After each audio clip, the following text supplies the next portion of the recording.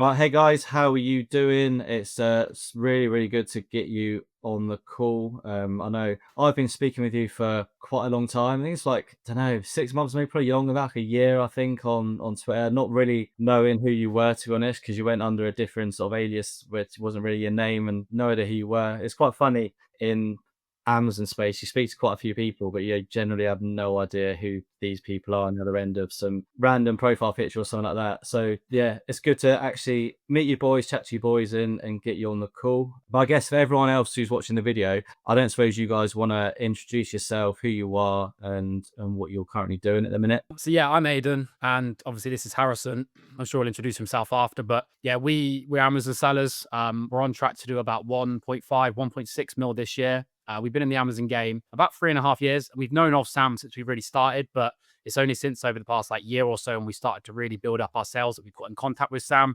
And yeah, we put him in Amazon full time, 18 months now, and over the past year, it's really clicked, and that's how we got into spaces with people like Sam and some bigger sellers. And we're on for obviously our best year to date. Yeah, nice. I was gonna say you, because I said I first think I met you must have been, yeah, about like a year ago, and then you've suddenly just blown up. Like every month is just getting better and better and better, and it's mate, it's so good to see. Like I love it when people in the community just start posting these absolute mad figures. It's just good to see because I know obviously how good Amazon's been for me. So yeah, to get other people who are doing similar, if not better, is yeah, it's really, really good to see. And so you obviously you run the Amazon business together as partners. And have you done that the whole time? Yeah, yeah. From the start, we've been pretty much just 50-50 on everything. Well, we have been 50-50 on everything. We've tried a few side hustles before we jumped into Amazon. And then when we picked Amazon, we were both in a similar position, jobs we didn't like, not really much of a social life. So we just went all in for like 18 months before we even got it off the ground. And then we got into a position where we could pull the trigger and, take the biggest jump, which is quitting your job. Yeah, definitely. It is it's a bit of a shock when you go from part-time to full-time because then there's a bit more like stress and risk and everything like that. You think, shit, I need to really make this work to because I've actually got to pay for, I don't know, if you boys rent or live with your parents, so I don't know what you do, but then you got mortgage to pay for, rent to pay for, and people might have kids and you got kids to sort of to provide for. So yeah, it's a bit of a jump. What other side hustles did you try before sort of sticking with Amazon? Well, we've done trading, we've done crypto. I used to work in the music industry as like a side hustle while I was on a building site. I used to like work at like a record label, helping with rappers and stuff. But the two main ones, the thing is, we say they're side hustles, but a lot of them are like pyramid schemes. So they're like put your crypto in here and then you get money back. And same with the trading stuff. And I think me and him were always in them together, and some of our friends that are doing Amazon now were in them. And I think the beauty of that and why I'm glad they happen is we did lose all our money in them, but it taught us that you need to be in control of what you're making. We were giving our money to someone and expecting a return back. And that bullet had to really bite us a couple of times for us to go, no, we need to be in control of what we make here. We need to understand systems of how to get money back.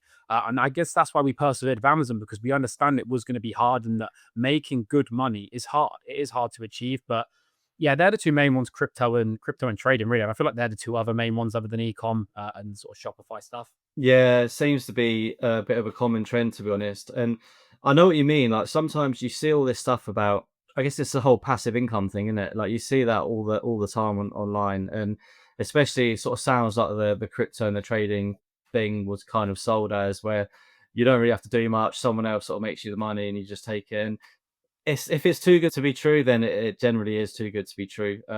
Like any business which is worth having, you have to graft and actually put the effort in at the start to really get the rewards in. Like no one's just going to start handing you £1,000 every single month for sitting in your ass and doing nothing.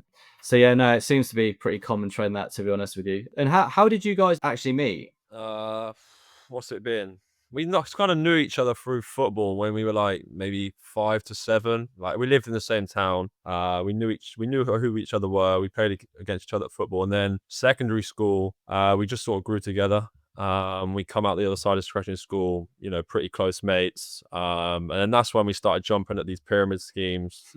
But like Aiden said, we were just gullible at the time. Someone told us they're going to give us a nice return on our money. We've got to do nothing and just refresh our phone every day. But then when we saw about Amazon and we basically just found a mentor wholesale, we just sort of jumped at it together. We were both in the same situation. We thought, you know what, you've got to go into it. When you're picking a business partner, you've got to go into it as someone who's got the same mindset you have, that are going to put everything in it in one go. And it's just come from there, really. Yeah, nice. That's good. That's good. It's good to work with someone else, because you can bounce ideas off each other, you can help each other, and you're not, especially like running a business can be a bit, I guess, lonely, I suppose is probably the word at times. And I guess all the stress and all the hard work is just on yourself. Whereas if you can split that with someone else, especially someone you've grown up with and really good mates with, and it just takes the load off and makes everything just a hell of a lot easier, doesn't it? Yeah, I think with us, we've learned that it's a lot more beneficial to have two. Obviously, you split profits, but it's way more than that because, I mean, when we first quit our jobs, so we scaled our Amazon business up with wholesale, and that's where we were able to quit our jobs. And then within the first 2 to 3 months of having this office and going full time, the VAT on fees come. About a year ago, Amazon started charging VAT on fees,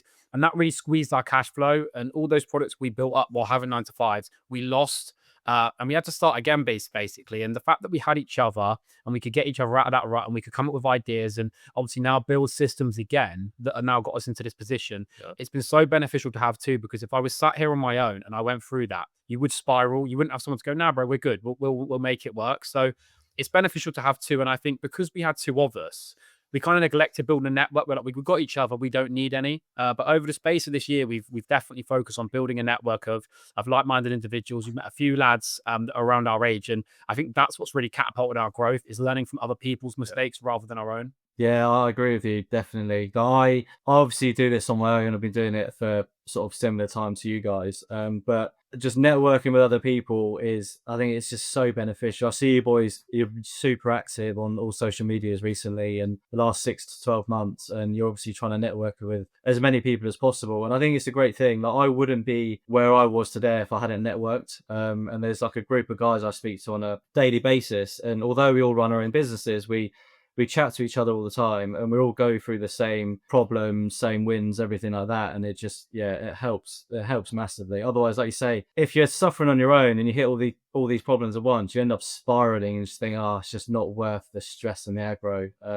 And it's just so easy to quit, whereas you got someone else there to keep pushing you on, then it's really good. But it's interesting because you said you started with wholesale, but now you still do wholesale? Because I know you do a lot of online arbitrage and A2A, really, don't you? We started with wholesale, and we did have a lot of luck, to be honest. It's a lot harder. When you do find a product, you have it for a longer period of time. Whereas with A2A and OA, they're usually one-off deals most of the time. So we had a range of like 8 to 10 products that we had for like probably about a year, and that's why we took the jump to quit our jobs, because we thought we had that safety net. And then, like Aiden said, when VAT on fees come, that just squeezed our margins, and we have to divert, And that's why we always, just going back to what you said before, we always commend people that do it on their own, especially when they're doing similar numbers to us on their own, because we've gone through some proper lows. But like Aiden said, we've always had each other, and then, we've always got each other to drive and get back up. Whereas people on their own, like Aiden said, it must be hard when you do hit a low, because it's just you down there. And it's up to you to pull yourself back out of it. So, having each other is really, when we took the divert from wholesale to A2A, it wasn't because we wanted to, it's because we didn't have a choice. Our suppliers just, we couldn't get a better price. We still do have a couple now, like old suppliers that we can go back to that we have found, because we were digging pretty deep with wholesale. We've gone fairly deep. We've been like, 30 tabs deep, phoning all day, every day, trying to find a deal. And there's not really much of a system, towards wholesale. It is just rabbit hole after rabbit hole. Whereas we find that now with A2A and OA, we've just got a system that we've stuck to and we keep building on, and that system is going to produce you results. Whereas back with wholesale, we had no system. It was just get to the office and just see what happens. Yeah, I get what you mean. You guys, yeah, you seem to have absolutely nailed the OA and A2A system now, which is great, because a lot of people think in order to make lots of money on Amazon, you need to do wholesale or private label, and they just think OA and whatever is just a very short-term thing, and it's too difficult. You're not going to make much money, but you are literally proof you can make a shitload of money on doing OA and yeah, A2A. It's just like you say, having the systems in place. And in terms of the money, if you don't mind sharing, how much are you sort of making on a month to month? Obviously, you said you're close to 1.6 million this year. What does that look like in terms of profit, if you're happy to share? We're pushing 300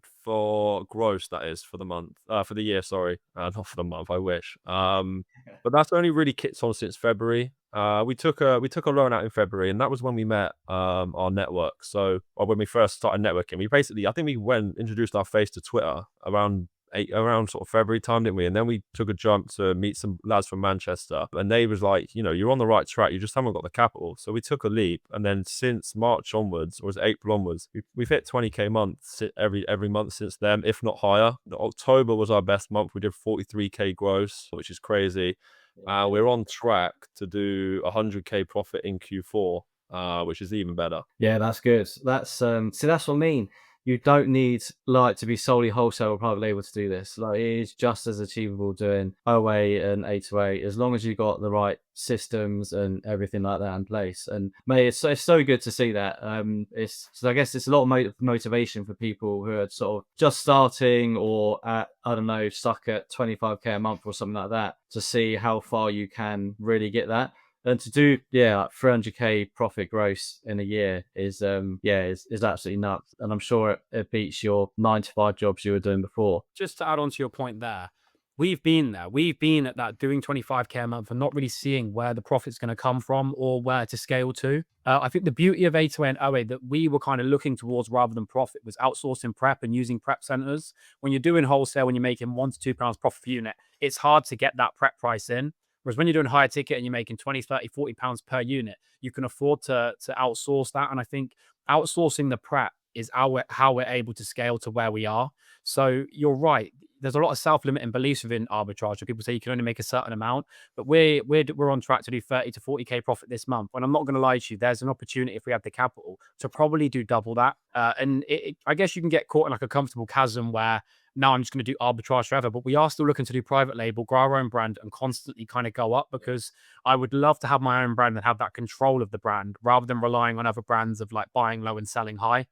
Obviously, it's a great cash cow, but that's definitely not the end goal for us. Yeah, I was gonna get onto that actually, just to figure out what your next goal and end goal was. But so you mentioned obviously you got a loan in sort of Feb time, and then you outsourced prep. Is that, do you reckon, was that what really drove you to then succeed? Was there anything else, or was it literally just needed to outsource the prep, get a loan in, and that sort of just made it possible for you to scale so much further? I think it was. I think those two combined really helped. But I think the biggest thing was putting our face onto, Twitter and pushing that network because we were in like a bubble where we are and we thought we were doing really well. And when we met our network from Manchester, we were like, whoa. Like they were doing 100k months revenue. We were like, how do we get to them? We're like, we thought we were doing well. We met them and they're doing even better. We were like, how do they do that? And then they helped us get there. And then you really see that kick on. And now with them and that network, we just go month for month. It's like it's healthy competition. Okay, so like we'll be bantering each other. Who's doing better each day, who's doing better month on month. And now we're like neck and neck with the main two from our network for who's going to finish the year on higher. So that healthy competition and being, like you said about your network, being around people, even if they're not in the same business, but it's like, it's like just healthy competition that's really pushing you. Because otherwise, you're stuck in a bubble and you think, I'm doing really well, but you're not actually doing well in the bigger picture. So until you put yourself in a situation like we did by going out and meeting them in an uncomfortable situation, we really reaped the rewards from that, for the last like 9 months of this year. Yeah, is that Caleb and Elias, I guess? Yeah, those boys are absolutely crushing it as well. So I speak to them a few times, and again, great to see, because you're all young guys anyway. You're all a lot younger than me. You all got 10 years on me, I think. And it's good, mate. I would have loved to have started this at like early 20s. It would have been unreal. But I think I only found it when I must have been 30 when I found it. And but yeah, starting this so much younger would have just been so good. It would have been put yourself in such a better position sort of going forwards. So yeah, fair play to you boys. And so you mentioned going on to, like, I guess the end goal. You want to build a brand. So are you going to go into, well, I guess your plan is to go into private label. Is that, have you got anything started? Have you got like a time scale or when you want to get that sorted out, or is it just like a bit of an idea in your head at the minute? It's an idea. We've spoke to some people about mentoring because that's the key, right? Rather than trying to work out ourselves, our time is valuable. We need to be working on businesses that made money. So we spoke to some people just from social media, like TikTok lives and Twitter. People want to help you because you can provide them value back. So it's definitely in the pipeline. And I think in the new year we're moving house. So me and him and our friend are moving into a flat together. We're getting a new office, and I think that will kick us on to start the private label brand. But goal, I'd love to get it off the ground and even just have your first few sales in like 6 months' time. Get the test orders in, get the proof of concept of how this all works because it's different. You're going to have to get most likely suppliers from China, understand supply chain of that, running ads on listings. There's going to be a big learning curve. So I'd say 6 month goal is to be have at least one product under our belt, even waiting for like the big bulk order to come through. But I like the idea of that because it's your own thing then. And if you can grow that, you can obviously, people say they sell products, sell brands on Amazon to aggregators. And once you know the formula, our thinking is once you know the formula of how to build a private label brand, you can kind of rinse and repeat and just at a bigger scale. I don't even think that's the end goal for us. We'd love to get into stuff like property and diversify other than Amazon, even if it's just like Shopify stores. I wouldn't just have all my eggs in the Amazon basket, even if it was from a brand and arbitrage. I'd love to have a few businesses under my belt. Like I said, property. But for the moment, yeah, 6 months' time, we'd love to have the private label brand off the mark and running. But I don't even think we haven't even hit our limit of Amazon yet. You know, I feel like only now have we really hit like full groove and full swing. Like our money's proper compounded now. Everything's going back in. We're super minimal here. You know, our office is dirt cheap. We still only pay ourselves the bare minimum for tax. Other than when we go on holidays, do we take a bit of money out of the business? But we couldn't be more minimal. We don't live the lifestyle that most people think comes alongside running the business like we do. We're super minimal, and that's really helped us get to this point. So I still think that the ceiling for where we could take our system is still a lot higher, and we're still way off it. It's just whether we want to take it all the way up there, or it's about time we like prestige almost, take some money out of our Amazon business, put it into a private label brand, and then build up the Amazon again. We just, yeah, I think we'll just ride out January because that would be our biggest month. We're still in full swing. And then come sort of halfway through Q1, we're going to start looking to diversify. Yeah, it makes sense. We're on very similar wavelengths. I think 'cause I'm in the same process. I'm setting up a private label company.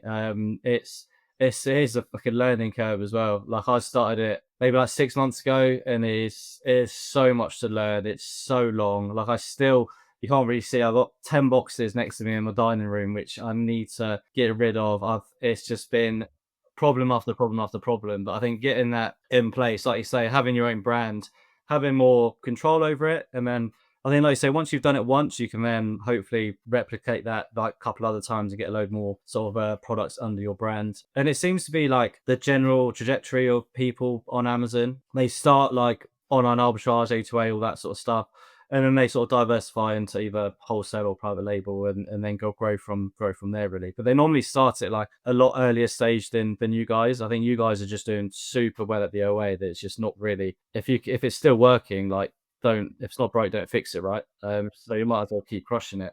So yeah, fair play. There's a few things you mentioned there which I want to go back to actually, but you mentioned you got an office. Is that what's your like setup like? So obviously you've got a prep center, and you've got an office. Is that just where you guys work sort of day in, day out, like a rented space? I know before, is that where all your prep went sort of before you got a prep center? Yeah, so we operate out of a unit that's about 450 square foot. It's not massive, but when we come to quit our jobs, it's literally like 5 minutes from our house. So we were pretty lucky, you know, and it's an opportunity we couldn't pass by, and it's dirt cheap as well. So we just took the jump for it. But yeah, all prep was coming here. In the summer, it was good because we would just have deliveries and leave them outside, and we'd work outside basically. But as soon as it come the winter, and the back end of summer, we were like, we can't do this anymore. And our money was growing, so more stock was coming here, which is when we reached out to you and asked you what prep center to go to. You know, so now this is just an office. You know, we've set up pretty nice. It's like a little man cave, really. We've got like a PS5, a TV, a sofa, another TV for football and that. We have our boys around. We've got a dartboard. So it's more about the environment, separating work from home environment. You know, I couldn't do this, or we couldn't have done this working from home the entire time. Like to start with, my dad just converted our garage into like a little office for us, and we'd like fill up my hallway with stock. It was getting pretty bad. We were getting wholesale orders delivered to my house. Like it was getting too much. It was basically getting to the point where they were like, right, this is too much now. We literally can't move. You've got to find somewhere to go. So we kind of forced our hand when we found this place. But yeah, it's just, we can't stress enough the importance of separating work, separating the Amazon business, you know, having a separate space to come and lock in really. Yeah, makes sense. It gets too much when you're getting just endless deliveries delivered to your house and stuff like that. It's just on top of you all the time. Like I still get a few bits here and there, and like some returns and stuff like that, and it just takes up so much space. Especially the private label stuff here is just it's driving me mad. I just want it gone. So yeah, it's good to have that separate space and yeah, get it shifted over. And obviously using Brett, how's Prep for you? How's it all going there? Is it good? Yeah, he's killing it. He's killing it. I'll be honest. We don't have anything to compare it to, right? Yeah, We can't. We've only used one prep center, but I can't see us moving for the simple fact that it's first class. A lot of our leads that we buy, we don't need them in immediately. We're not buying them from a lead group where it's a race to get in. They can sit in. They might sit in Amazon, a couple of weeks, even after Brett's got them in. But customer service is first class. Problems are dealt with. Stock that goes missing is dealt with. Returns are dealt with. So we literally no complaints. If it's not broken, you don't need to fix it. So yeah. No, it's good. It's good to see yeah, he's doing a good job. I've been with him for almost I think it was our third Q4 with him. First one I was split between him and someone else, and yeah, it's faultless. Absolutely smashed it. He calls me up all the time, any issues or anything he needs. So it's yeah, perfect. I said I won't be moving anytime soon either. So that's good to see. And you mentioned obviously you don't pay yourself like huge salaries and stuff. Obviously, you earn good money. I see you're on holiday a lot. You go on nice little trips, so you're spending some money on them, aren't you? Yeah, I think for us, it's like I said, our end goal was to go fully remote. So I remember when KWLR said to us, let's go to Marbella, and we just got the prep center. So we were excited to do that. And what we kind of learned from that is it is really hard to travel and work. As much as you think we're going to be fully remote, we're going to be doing all this stuff and traveling. When you're away with your friends or when you're on holiday, it's hard to have that balance. So it's something we're trying to juggle. But I think we've been locked in for so long. And me and Harrison, like you said, we had 9 to 5s. We had no social life. For 18 months, we'd sit in his garage every evening, packing up stock. And the dream was to be in this position now. And we've always said to ourselves, why do you just want to get lost in it and constantly chase profit when you can't enjoy your life? We're young. We're in a position that we've always dreamed of. Yes, we're not going to get comfortable, but I want to enjoy it. And we've definitely been doing that this year. Yeah, we're very blessed. yeah, we've been lucky. I've seen that. There's been a few trips I've seen you being honest. Looks yeah, it looks good. I know what you mean. It must be hard when because obviously I go away a lot as well, but I'm with my family, so I suppose it's a bit different. When you're with your mates, you're all whether you're going out drinking or going to a beach club or whatever you're doing. I see you boys in the gym quite a lot. You always sort of want to do it together. So trying to separate yourself and actually focus on work for a little bit is quite hard when you're in somewhere like Marbella in the summer. It's just not really much is going to get done, is it? Whereas I suppose for me, when I go away, I can I've got kids, so like when they're napping, I can sort of squeeze some work in, and then if my missus is about, she can look after the kids. I can do like a few hours, and it sort of helps me. I'm not having anyone drag me out to sort of go and get pissed or something like that. So it's a bit different, but it's good. Like you say, you need to reap the rewards, right? There's no point just slaving away for years and years and years and not get any benefit from it, because then you probably lose a bit of interest and momentum because you think you're doing all this hard work and you're not seeing the rewards. So I think yeah, you need to treat yourself, whether it's a holiday here and there or I don't know, new car or whatever it is, just to yeah, make yourself feel like that's a really good reward for the last sort of 2 years graft sort of thing. So yeah, that's good. And you mentioned earlier as well about we're talking about like risks and stuff like that, and being I guess working for yourself and having someone else to sort of bounce sort of positivity off. Is there any like have you had like a super like major thing like that's happened in your business where you might have lost loads of money or something like crazy's happened where you got really panicked and thought like we're in the shit here? That was it, wasn't it? Bat on fees was like, whoa, Yeah. all of a sudden you're paying an extra 20% upfront, margin squeezed, cash flow, really, really struggled with. We didn't really like speak of it between us during it. We just powered through because we didn't really want to, but we were both going home to our parents, lying about how we were doing. We were in a proper low point because we'd quit our jobs like 2 months ago. We quit our jobs, had our best month ever. And then the next month, Bat on fees come and we were like, whoa, but we didn't really speak of it as like a huge panic between ourselves. We both just locked in, diverted to A2A and OA, and just moved on really. It's going to happen in business. The risk was quitting our jobs. We arguably might have done it a bit too early. We always said that if we were to do it again, we'd probably go down to like 2, 3, 4 days a week and slowly break it down. But when we were doing wholesale and like our peak wholesale, we were packing up between like 6,000 and 8,000 units a month, like into poly bags. So we just didn't have the time to do it. You know, evenings we were working till like 11:30 at night, work the next day. Weekends we were there 12 hours a day non-stop, and we still didn't have enough time. So it kind of forced our hand. Yeah, no, I get you. Go on. What are you gonna say? No, I was just going to say he's right. And yeah, it was like an unspoken thing. We knew we were struggling and we weren't in a good mood most days, but we did power through it. And I think we only really now realize how bad that was after we're out of it and we're doing well again. But I'm grateful for it, because if it was as easy as, right, we quit our jobs and then we just scale like that, you won't appreciate the position that we're in. We've had hard times. And I think that's what keeps us sharp now. Even that we're obviously got systems in place and we're doing really well on Amazon, we're still so sharp because in my head, next day we can go back to that. And it's that constant fear of failing and going back to that which drives us on. And I guess that kind of leads into the working remote and saying that we don't get as much work done as we need to. We don't actually need to, because we have systems in place. We have a spreadsheet full of leads we can buy, and the working in the day all really is buying leads and repricing. And then when we go home, we can do the admin and stuff. So yeah, very heavy on systems, and glad that we got to this point, because not only remote is good, but it's the systems in place that give us the peace of mind too. Yeah, I definitely agree. And did you find when you went full time, how did your business change? Did you see it suddenly just rocketed, or was it like a gradual, or did you see any like sudden increases in anything or anything like that? I think we would have hit the best month we had to date that month anyway, regardless of whether we quit or not. We just didn't have the time to pack up stock. Like we would have got it out, but it was just too much. You know, we were knackered, hitting gym, going to work, coming back and non-stop packing. You know, even my dad would be mucking in, my sister would be helping. You know, it was just too much. But taking that jump, did life change really? I think we overworked, if anything, when we quit our jobs. All of a sudden, we've got an extra 8 hours a day. We'd be here like 9 till 5, go home for dinner, and then we'd be here from like 7 till 10:30 every night. Just obviously, we were packing up, but when we weren't packing up, we were sort of just being here because we felt we had to be here. So we were definitely overworking. You know, we had no systems in place. It was completely just random what we were doing. We'd rock up to the office and just see what happened. You know, there was no plan. Whereas now we've got a full plan, a structure. We know what we're doing.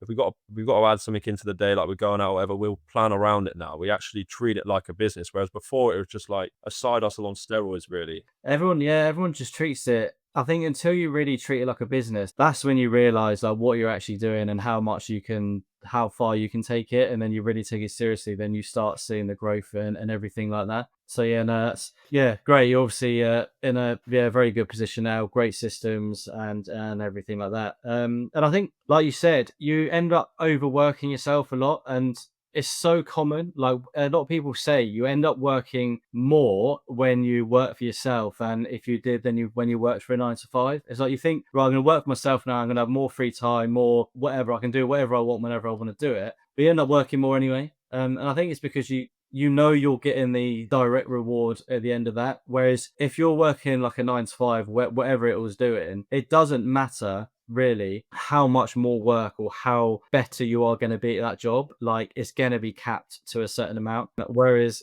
doing it for yourself, you know, whatever you put in, you are getting out. So it's just so much more worthwhile to make one team. Sorry, just to talk over you. I wouldn't have it any other way.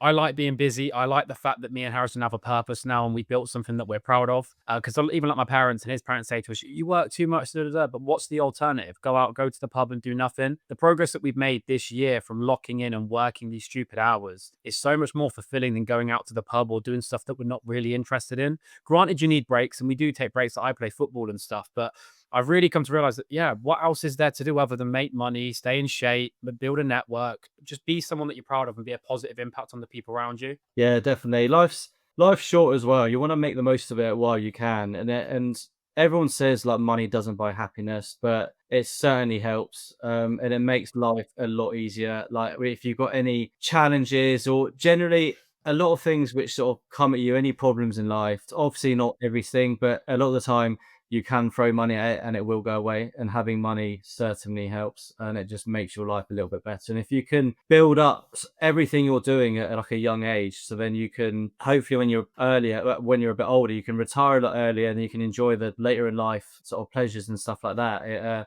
It makes a big difference. Otherwise, you could end up being stuck like doing a 9 to 5, going to the pub every weekend, playing football every now and again, and then that's just you forever. Whereas you're giving yourself so many more opportunities to do so much more later in life. And I think, like you say, it's very easy to get stuck in that sort of mindset. It's only when you network with other people doing a similar thing, whether it's the same business or just a different business in general, and you can see what they're aiming to achieve and what they want to try and do. And then it sort of opens up your eyes a little bit to think, okay, yeah, there's actually a lot more here we can do, and we can definitely get a lot more out of our life if we sort of follow that path.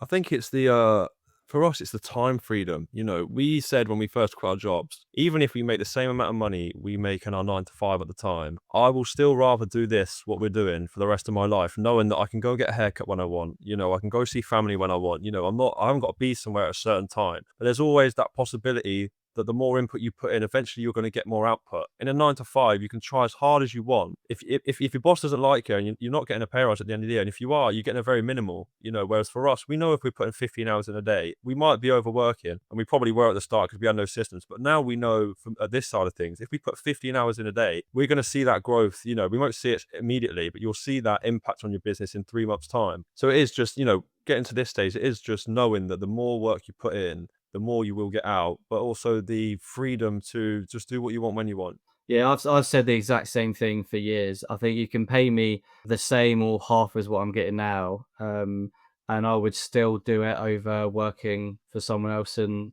doing a 9 to 5. Like you say, I don't want to have to ask someone to get a haircut. I don't want to have to ask someone if I can take a Friday off to go spend time with my kids or whatever it is. I just don't want to do that. I don't want to sit in meetings in a corporate environment just listing something I do not care about at all. And I think that was like the thing which just drove me to end it. I was just sitting in these meetings. Everyone in these meetings were all like directors of this company, all buzzing about these new projects and stuff like that. And I was just thinking, like, I don't actually care. Like, whether we win this job or lose this job, it makes absolutely no difference to me. I'm still getting the paid the same. I'm still doing the same. And you're all buzzing about it. So I am not on the same wavelength as you. Like, I need to do something else where I can actually get excited and do something.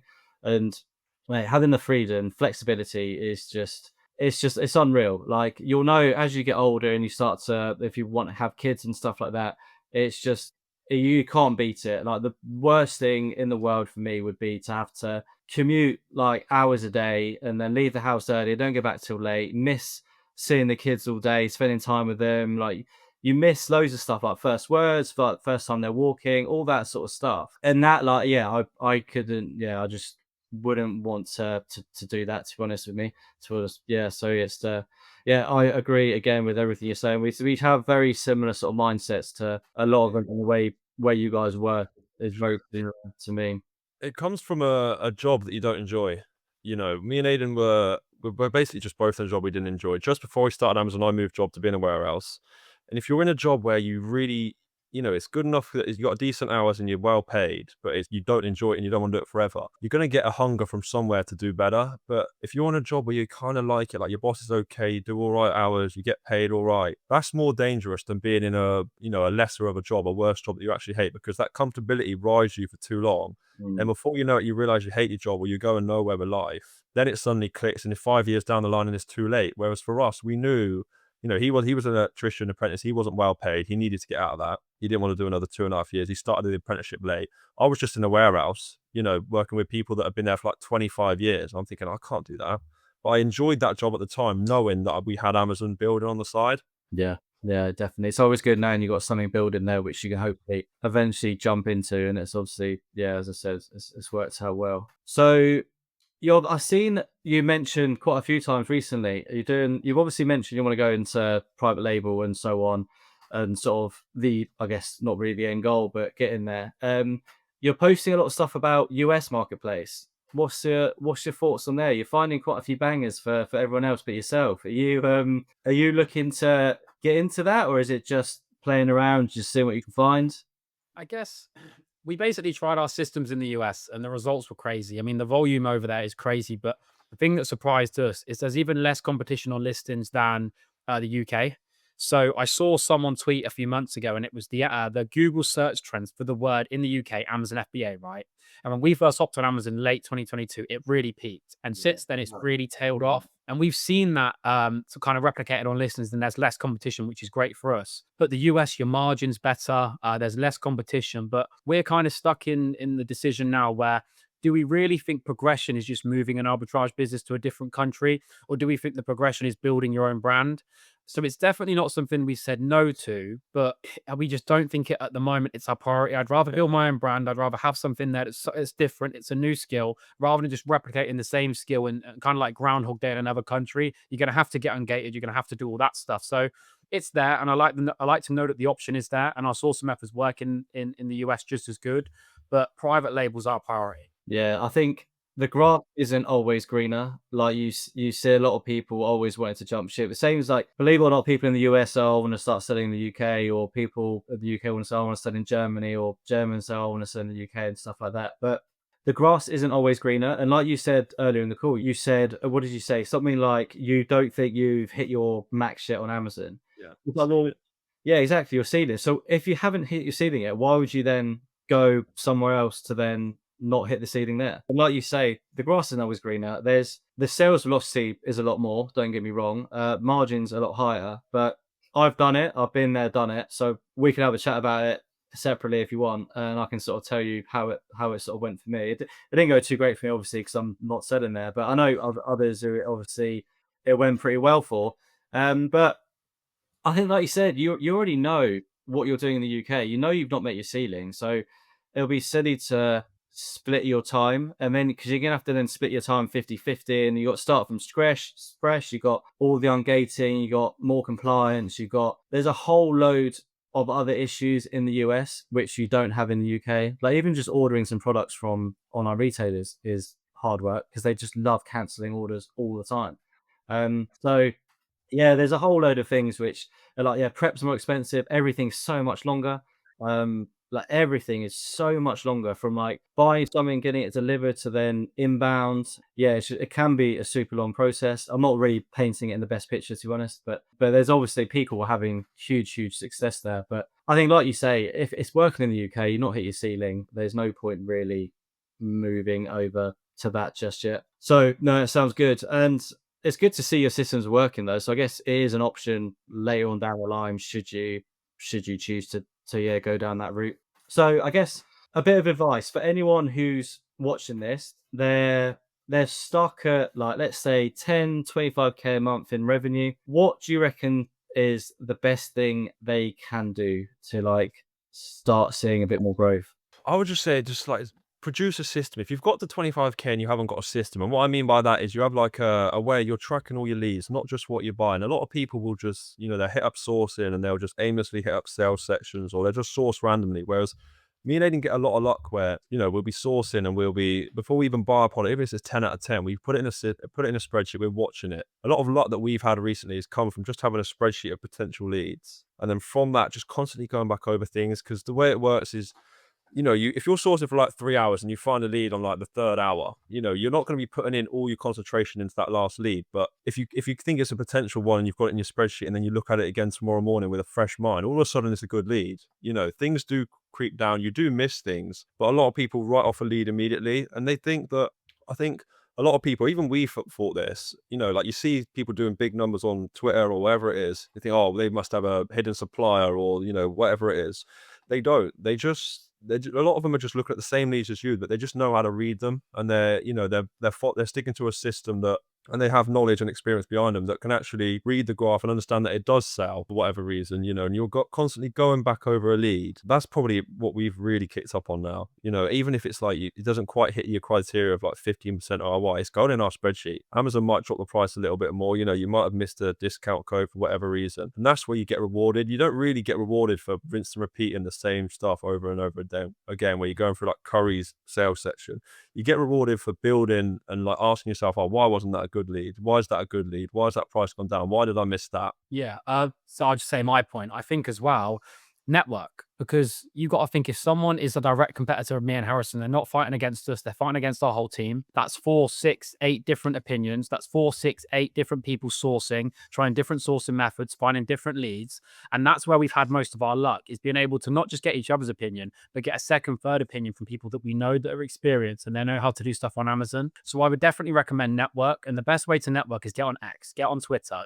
TikTok and Instagram are great for watching content. But if you want to really get value and make friends and start building a network in the Amazon space or any e-commerce space, realistically, it's X. Start posting your results. And if you start providing people value back, i.e., let's say, for example, you meet someone that's doing OA and you're doing A to A. If you can give them bits of value on OA and then they give you bits of value back, you'll both grow together. And that ego and that the mindset of risk of saturation is so stupid. If you understood how much money is going through Amazon per day and you swallow your pride and help people, it always comes back. Karma is real and it always pays dividends back.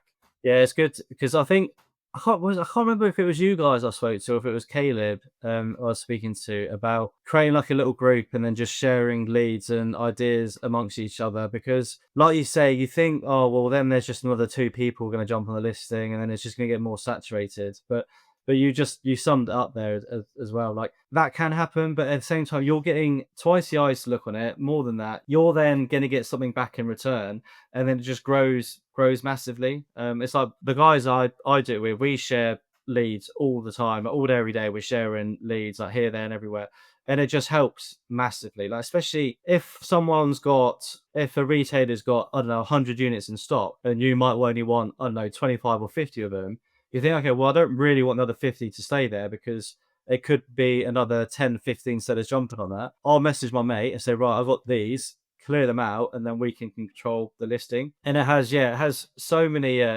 perks and so many benefits. So yeah, no, it'd be a very good advice to be fair. And throughout the call, you mentioned loads about sort of systems and stuff. Everyone's probably wanting to know. Obviously, you outsource prep. Sourcing, is that outsourced at all, or is that literally just you boys? No VAs, nothing like that. Just you two grinding hard. No VAs at all. No admin VAs either. But we probably are looking to get an admin VA in the new year just to do like the shipment reconciliation, damages, all that, just to get that back. But we've always just wanted to be fully hands-on. We want to understand every part of our business, why that's happening, where we're leaking money, and to do that, we also feel that if you get a sourcing VA, they're only going to be as good as your sourcing methods. And it's only a bit of recent that we've really, well, say this year, that we've really kicked on. But we have never felt like we couldn't cover all the leads that we're sourcing. There's 2 of us looking at it because the rest of the business is pretty much runs itself now with prep. We can just come here and source for 8 hours a day. We don't need to because we're sourcing every day, so that when we come in, we know what new leads have popped up and what haven't. So we can finish sourcing in like 2 hours. But VAs have just never really sort of we've never even thought about it twice, have we? No, I think it's because there's 2 of us. I understand singular sellers why they do it, but he's right. We've always said to each other, your sourcing VA is only as good as you source. And for a very long time, we couldn't source. So when we got to that point and there's 2 of us, it just makes sense. And even with us now, we understand each other's dynamics. So he is so much better at sourcing than me. So why would I spend another 3, 4 hours a day looking over the same leads? I add them to our system, add them to our spreadsheet. He'll look over them. I'll do some admin stuff. We work well together, and you need synergy, right? It can't be both of you trying to do the same thing all the time. You need to be like, it comes back to ego. You need to be able to swallow your ego and go, he's better than me at sourcing. That's fine. What can I do to make our business better? And whether that be at social media, admin, we just kind of back and forth. And that's when you said, who do you speak to on Twitter when you speak to us? It's both of us. Because if I'm not there, he's there. And we just fit each other like that. So I think that's why it works so well. And like you said, with systems, we're able to bounce off each other. And yeah, they work very seamlessly now after a good few years. Yeah, it's good.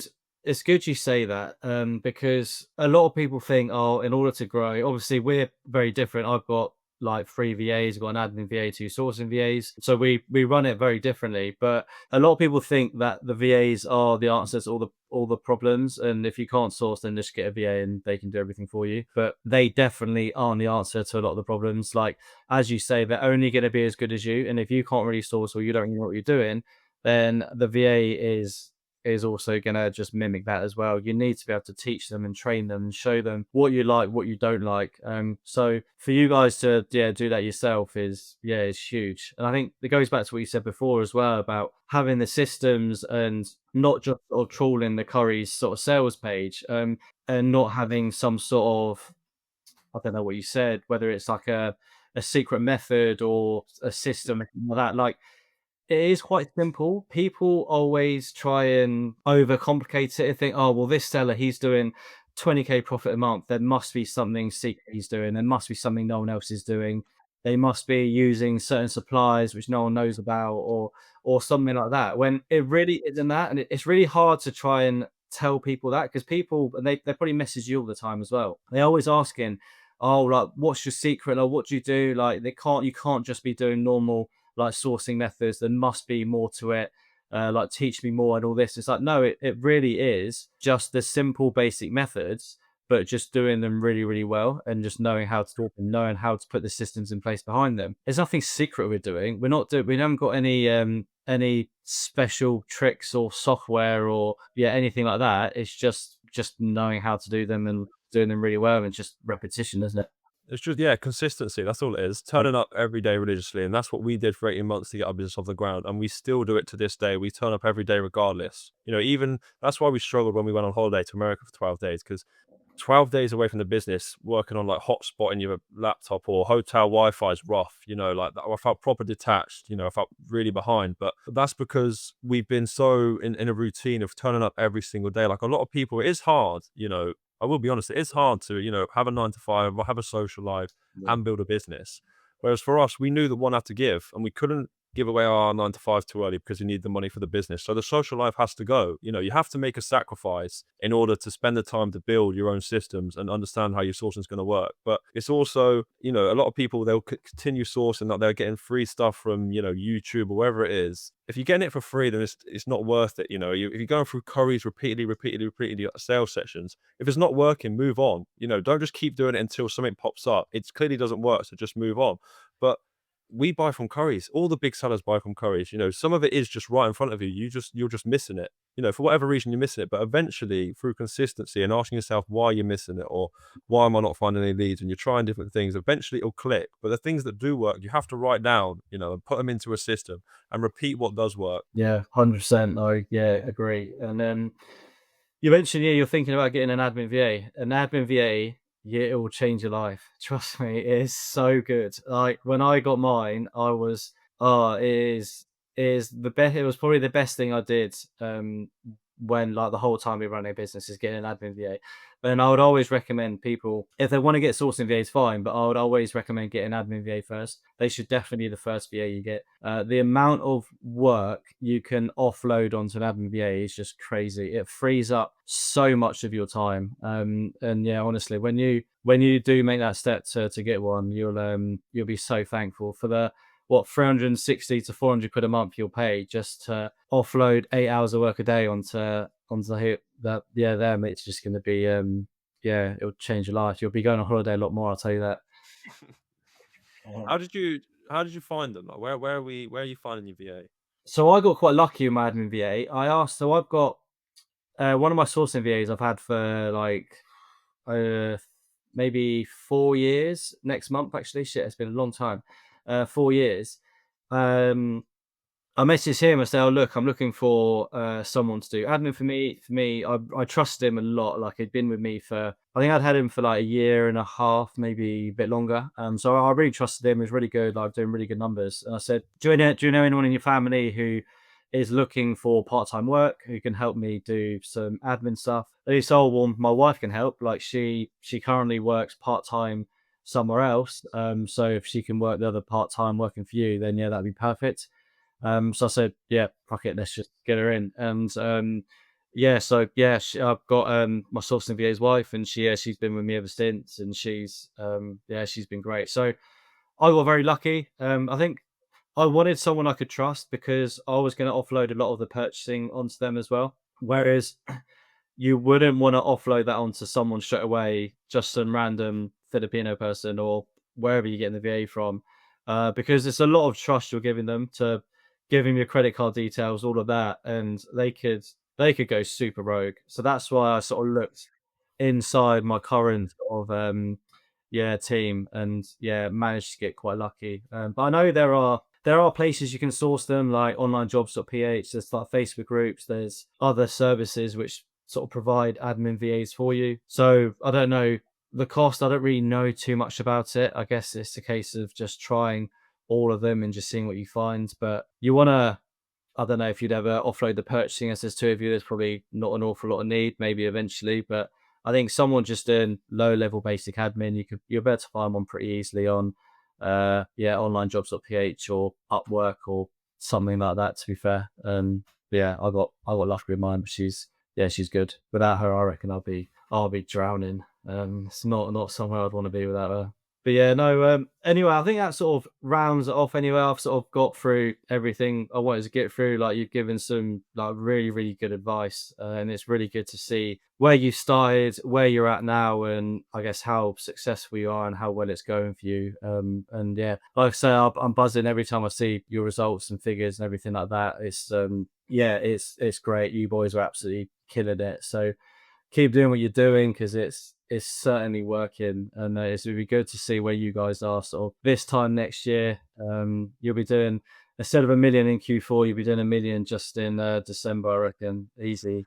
Then like we'll see. But we appreciate that, even from when we had our alias, we appreciate the support you gave us. Not many people, like you said on Twitter, when we first commented, it was quite a hostile environment that was on Twitter, UK, as you know. And there wasn't many people looking to help us out, but you've always been showing us love, showing us support. So yeah, we appreciate that as well. No, good. No, I'm glad to hear it. I always, you recognise people who are out there to do good, and yeah, are doing good. I'm always happy to help as many people as possible. And like I said, I know how good Amazon's done for me and how much it's changed on my life. So if I can help someone just a little bit, just to push them in the right direction, then I will definitely do that. We'll keep talking after this, and I'm sure we'll we're not going anywhere. So if anyone wants to reach out to you on Twitter and start networking, where can they find you if you want people to find you? At the free two, so at TheFreeTwo. And that's on what, TikTok, TikTok, Insta, and X. TikTok, Insta are both of ours are the same. So it's Aiden, AIDEN _TFT, and then it's Harrison _TFT on Instagram and TikTok as well. Nice. You can see all the holidays, and you'll probably see a lot more of that to come, I'm sure. Right, well, cheers for getting on, boys, and we'll speak soon. See you later, bro. Appreciate that, bro.